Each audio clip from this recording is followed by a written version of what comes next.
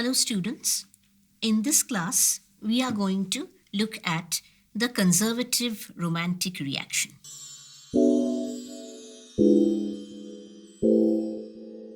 Three events of the 18th century led to an unprecedented form of social transformation. What were these events? The Enlightenment, the Industrial Revolution, and the French Revolution. Let us slowly, in order to understand why the reaction emerged, we need to go into these aspects of these events in a nutshell. So, we are just going to focus on some of the main aspects of all of these.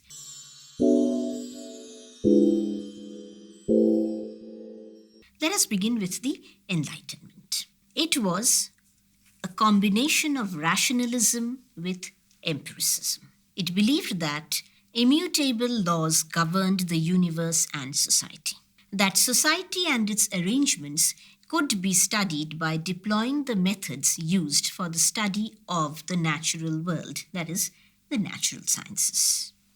Why should we do such a study? Because that study would enable humans to understand institutions and arrangements and how they functioned. They could then, through such a study, measure them in the light of reasons.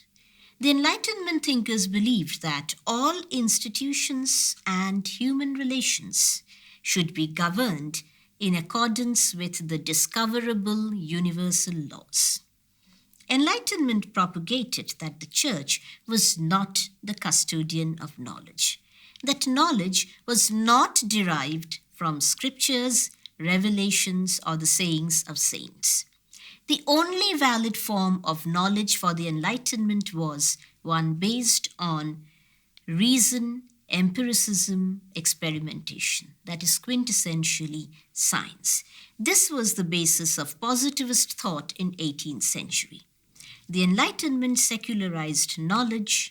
It created secular cross-cultural forms of communication and also created a secular intelligentsia and audience that was receptive to reason, ideas of secularism, and science. Thus, 18th century Enlightenment positivism could be seen as being essentially critical and revolutionary.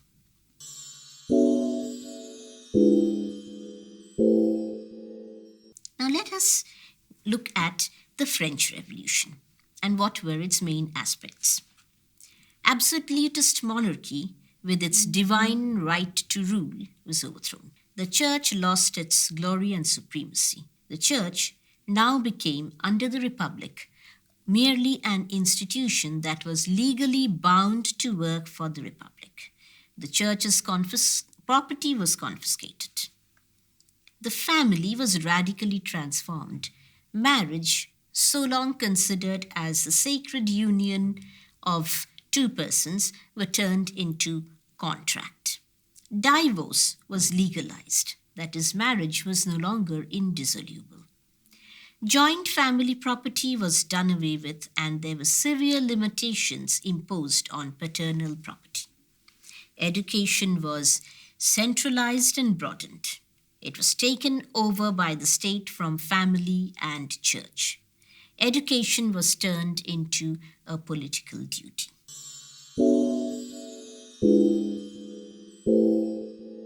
What did the Industrial Revolution do? It brought about the very well-known factory system and new forms of labor discipline. It uprooted labor from family, village, and community. It led to the enslavement of the worker to the machine, or what we have called the dehumanization of labor.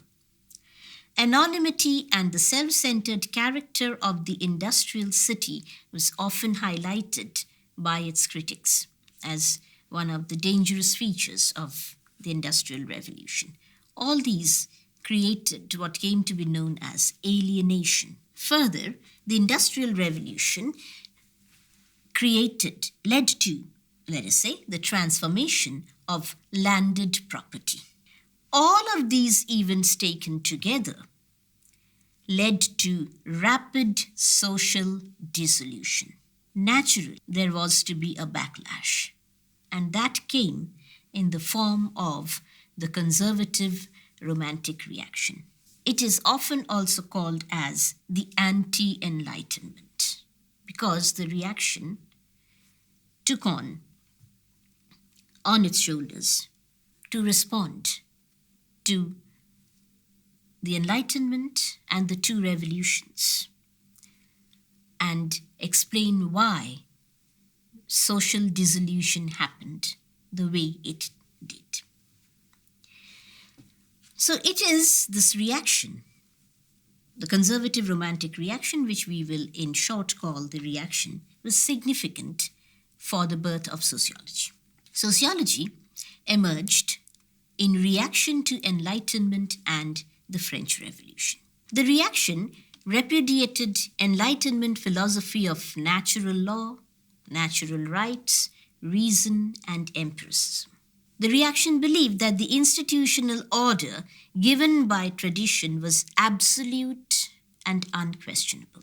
Tradition, religion, and feeling were seen as natural as against the Enlightenment ideas of reason and science.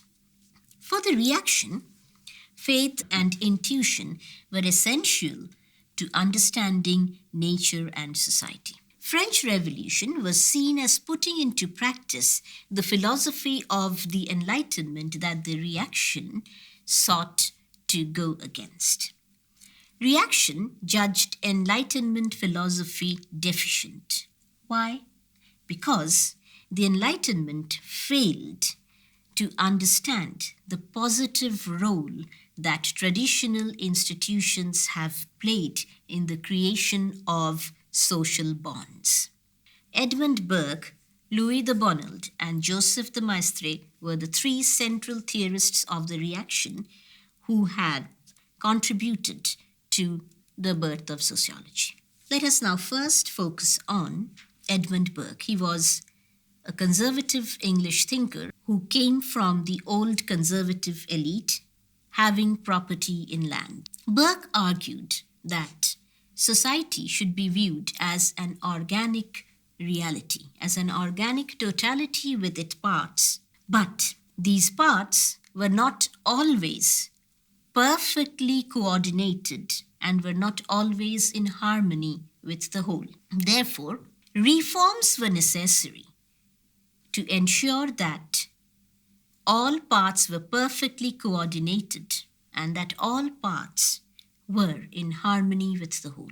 You will see that this organic conception of society, as advanced by Burke and as we shall see advanced by Maistre and Bonald, were critical in the formation of the sociological concept of society. So, coming back to Burke, he argued that reforms, not revolution, reforms were necessary in order to bring about coordination and harmony of all parts of that organic totality called society. So Edmund Burke was in favor of reforms in British India. We might have read and we might recollect reading him in our history textbooks in school.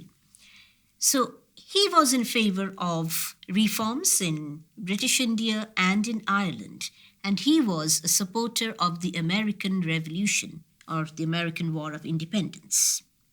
However, he stood against the French Revolution, and therefore we might wonder what was in the American Revolution that went with Burke's position on history, on society, on institutions, and why did he take a position against the French Revolution? So let us look at Burke's reasons for his support to the American Revolution and for standing against the French Revolution. Burke argued that the American colonists were fighting to retain ancient rights and privileges, and thereby they were fighting to preserve the organic nature of society. He argued that the British King George III stood against the principles of organic society. because he attempted to deprive the colonists of these privileges that stemmed from the old organic society. Therefore, he blamed the king for trying to break organic society. Burke repudiated the abstract, rational conception of the Enlightenment and the French Revolution. He was against the principles of general natural laws and natural rights. He pointed out that French Revolution treated society like a machine whose obsolete parts could simply be plucked out and replaced by the new ones. So you think that a particular part is not working properly or it has become obsolete. Well, you just take it out and replace it with something new. And he said that is not how society functions. He was against the concept of state based on contract. For Burke, the state was a higher organic unity and was integral to the national community. He believed that spiritual ties and sentiments, something that the Enlightenment was standing against, more or less, were binding factors in the national community. Further, going through Burke's ideas, Burke believed that individual had no abstract rights. All rights to each person accrued through membership by birth to the community. The privileges and rights were prevailing within the community, and by virtue of their birth in the community, the individual could access the rights and privileges that came with the birth in that community. So therefore, rights and privileges were organic and historical in nature, not abstract.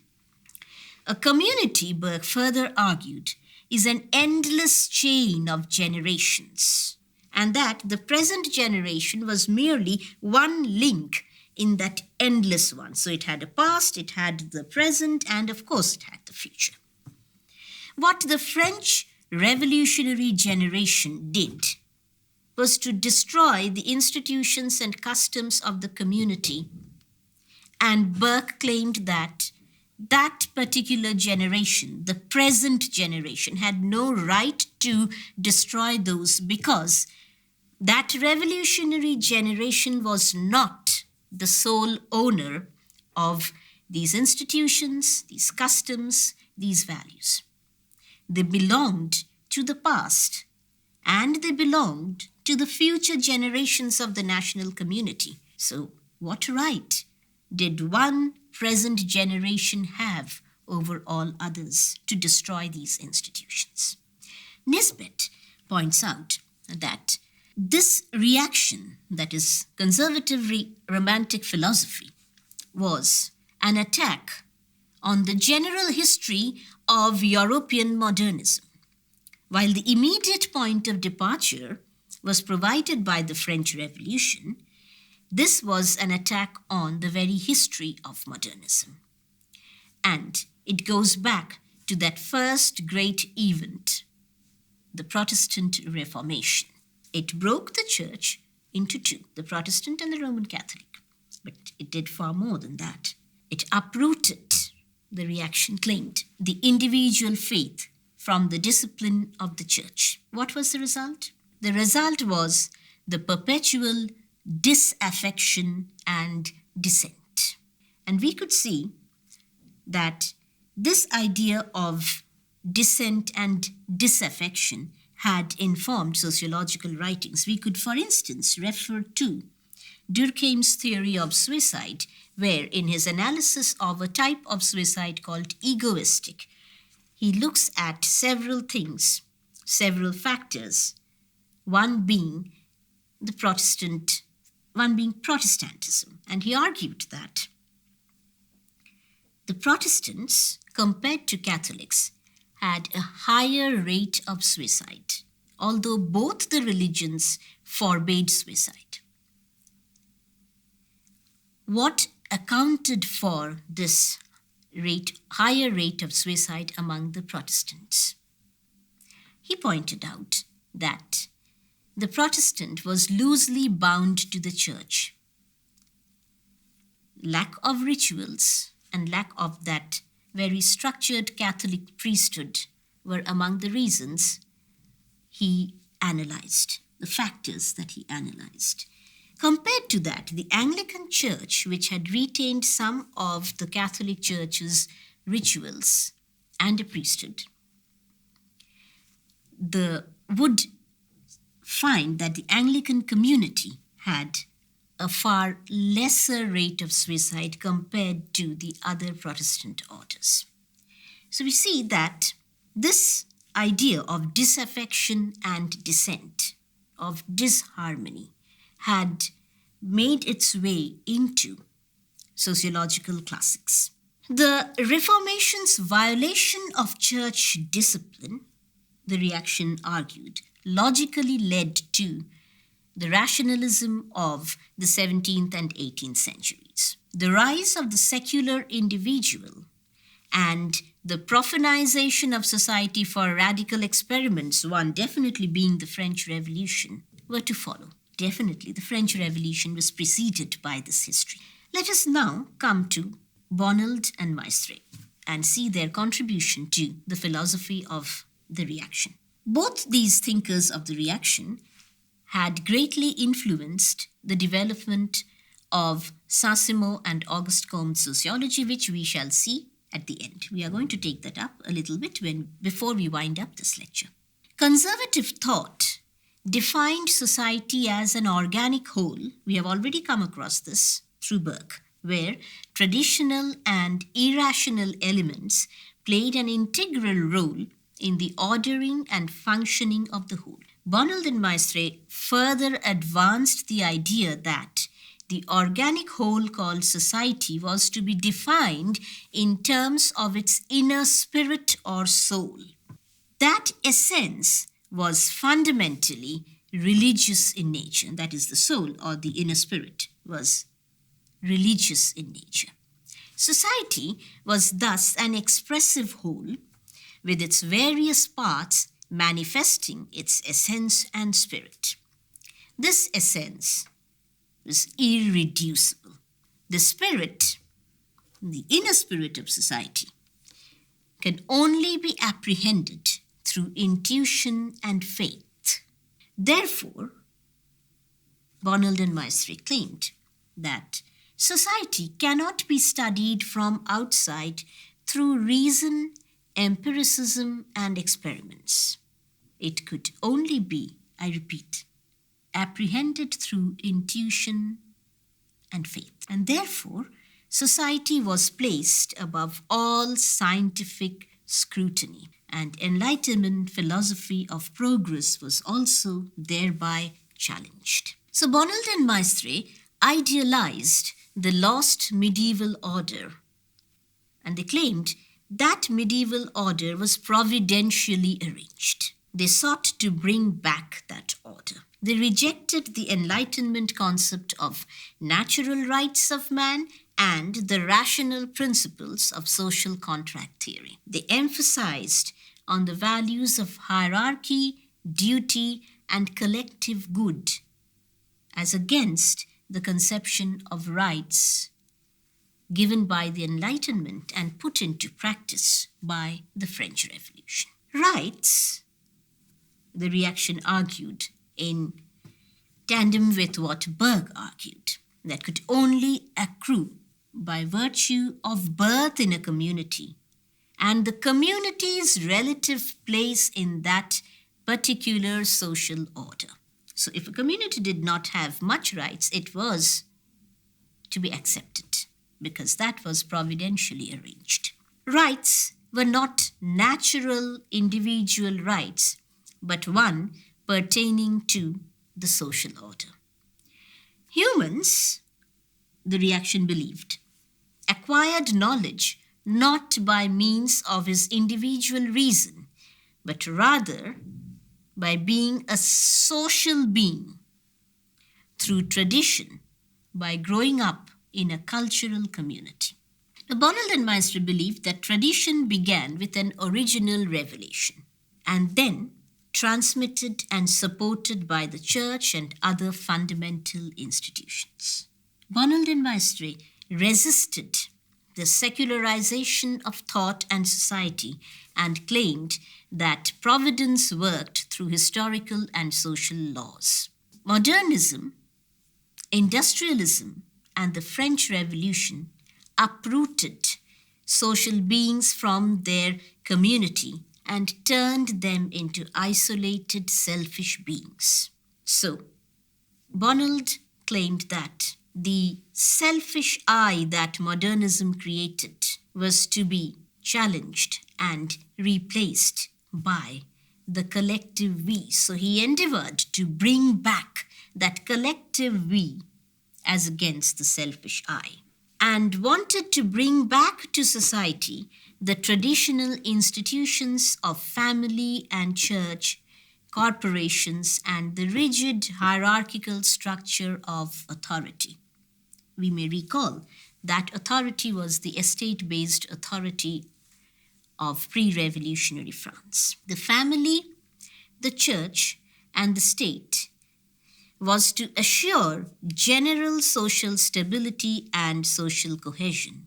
We would find that in the writings of Auguste Comte, these find a particularly good analysis and good place in his sociology. For Bonald and Maistre, these institutions are based on fundamental laws. This medieval structure of society has been decreed by God, nature, and history as a unity. The laws and social relationships are based on the nature of man, a God-given nature. So that nature cannot be changed. Any kind of experimentation was to be disastrous. And they would point out to the reign of terror of the French Revolution as one demonstrable aspect of this kind of dangerous experimentation. Social laws expressed the will of God, the ultimate author of underlying social relationships. And therefore it goes against one of the Enlightenment thinkers, Vico's position that it is humans who make history. It is humans who are the authors of their own actions and their relationships. So, social relationships, everything. So, Bonald and Maistre made God the ultimate author of all social relationships. This rediscovery of the values, institutions, and virtues associated with medievalism could thus be credited to 19th century reaction. We may say again here that often medieval society or the Middle Ages were referred to as the Dark Ages, but that was given some positive value, immense positive value in the philosophy of the reaction. It impacted significantly on sociological thought. Some of the problems thrown up by social dissolution of the 18th century were those of order, solidarity, and progress. Bonald, Maistre, and Burke were of great importance for the birth of sociology as a science of society. Comte drew on the reaction's clear position that society was not merely an aggregate of individuals. It was rather a collective whole and an expression of a whole culture. We can see its decisive influence on sociological positivism of Auguste Comte. Comte took the aspects of reason and empiricism and progress from the Enlightenment.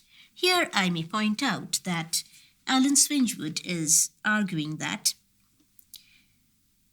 sociology emerged by taking and combining certain aspects of the Enlightenment, the French Revolution, the Industrial Revolution, and certain aspects of the conservative romantic reaction. So it may, as Nisbet and Zeitlin, Irving Zeitlin, in his book Ideology and the Development of Social Theory, was suggesting, both of them, that sociology was anti-enlightenment in nature. We may have some debates over that. That although the reaction and its values were very predominant, the ideas of science, reason, and progress also held considerable sway because Comte is arguing for a science of society. Although he is extremely influenced by the medieval virtues of the village and the family, but he still wants to see them in modern forms.